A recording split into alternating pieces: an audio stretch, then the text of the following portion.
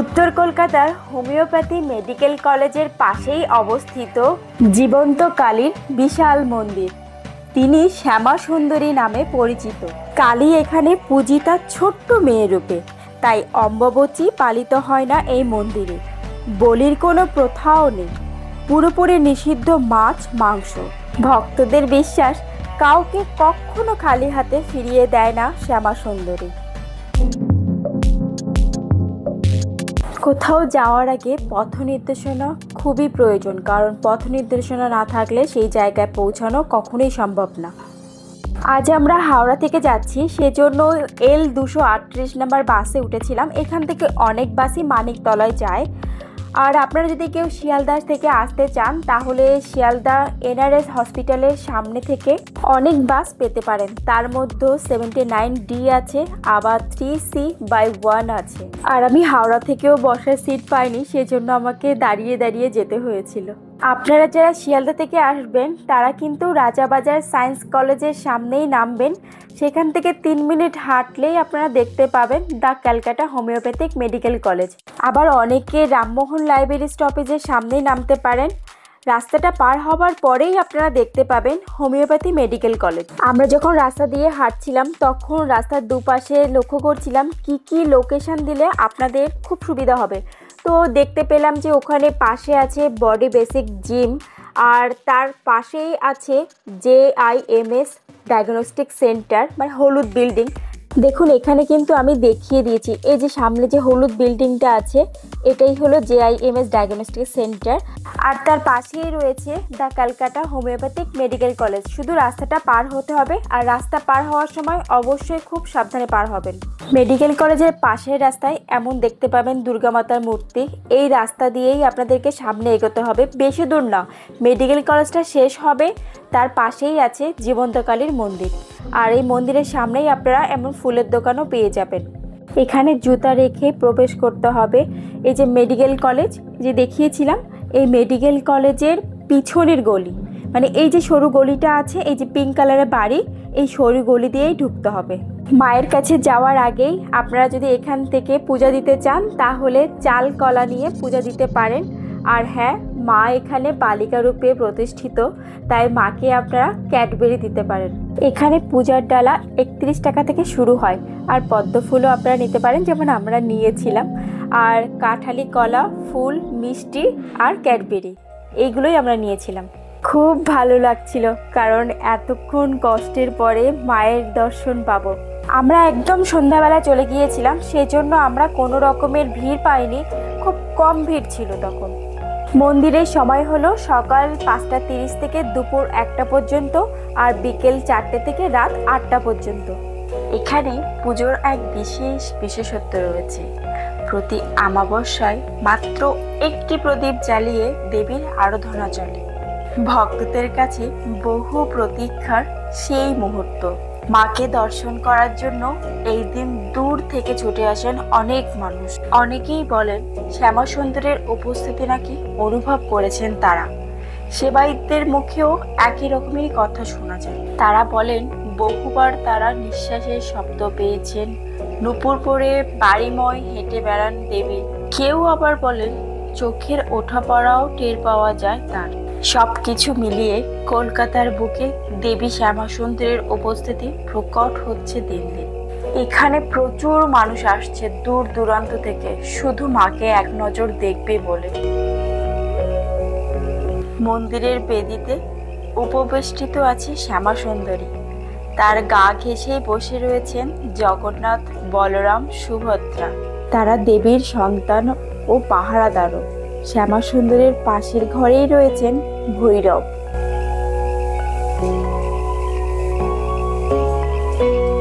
এখানে ভক্তরা মাকে চকলেট, চিপস এগুলো দিয়ে থাকেন।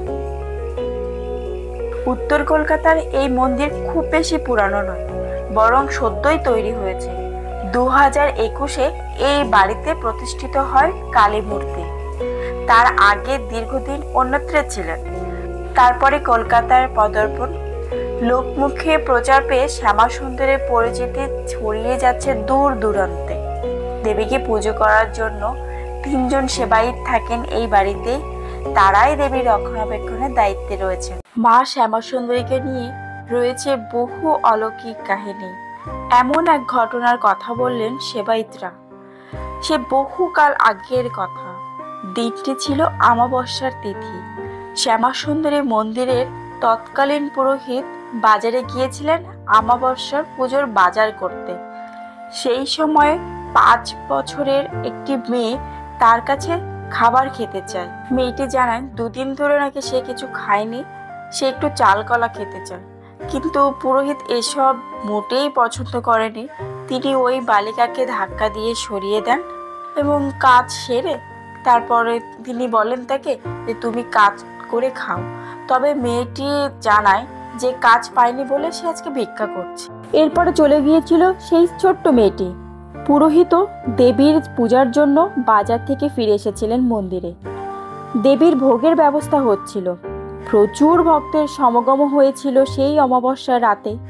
নিয়ম মেনে অন্ধকারেই চলছিল দেবীর আরাধনা। পুজো চলাকালীন পুরোহিত হঠাৎ লক্ষ্য করলেন যে শুধু মন্দিরে মহাদেবী শায়িত রয়েছেন, কিন্তু তার উপর কালের মূর্তি নেই। প্রথমে ভেবেছিলেন মতিভ্রম হয়েছে, পরে ঘিয়ের প্রদীপ বাড়িয়ে মূর্তি দেখার চেষ্টা করছিলেন এবং একই জিনিস তিনি বারংবার দেখেন। তৎক্ষণাৎ নূপুরের শব্দে পুরোহিতের জ্ঞান ফেরে। সত্যি কি আশ্চর্যজনক ঘটনা, তাই না? এই কথাগুলো শোনার পরে আমার গায়ের লোম খাড়া হয়ে উঠছিল।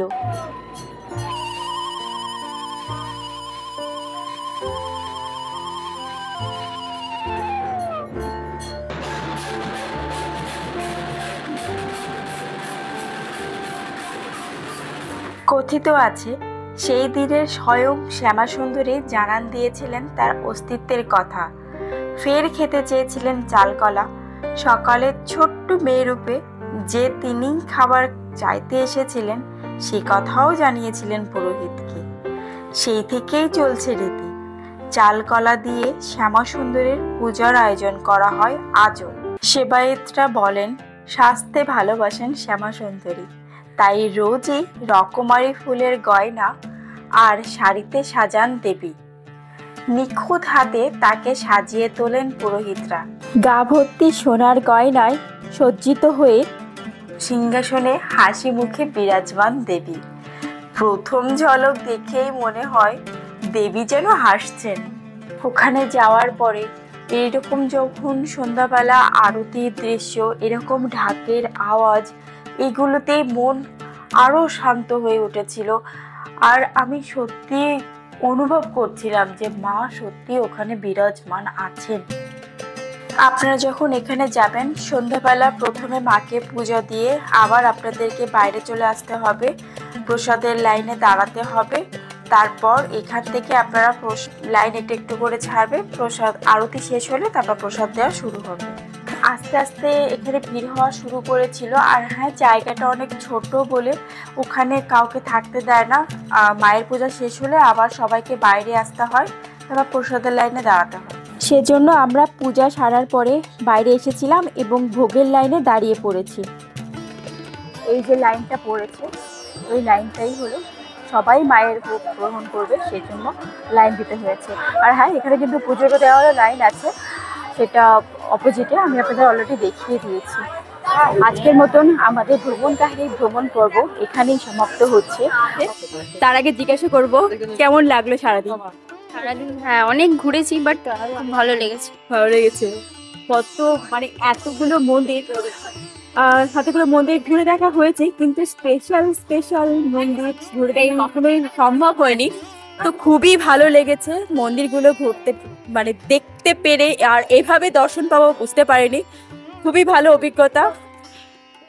অভিজ্ঞতা সারাদিন পরে নিয়ে যাচ্ছি। তো যাই হোক, আপনারা অবশ্যই দেখে জানাবেন কেমন লাগলো আমাদের এই সম্পূর্ণ ভিডিওটি।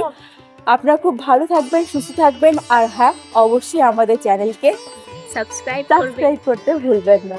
আর অবশ্যই আমাদের ফেসবুক পেজকে ফলো করবেন। বাই।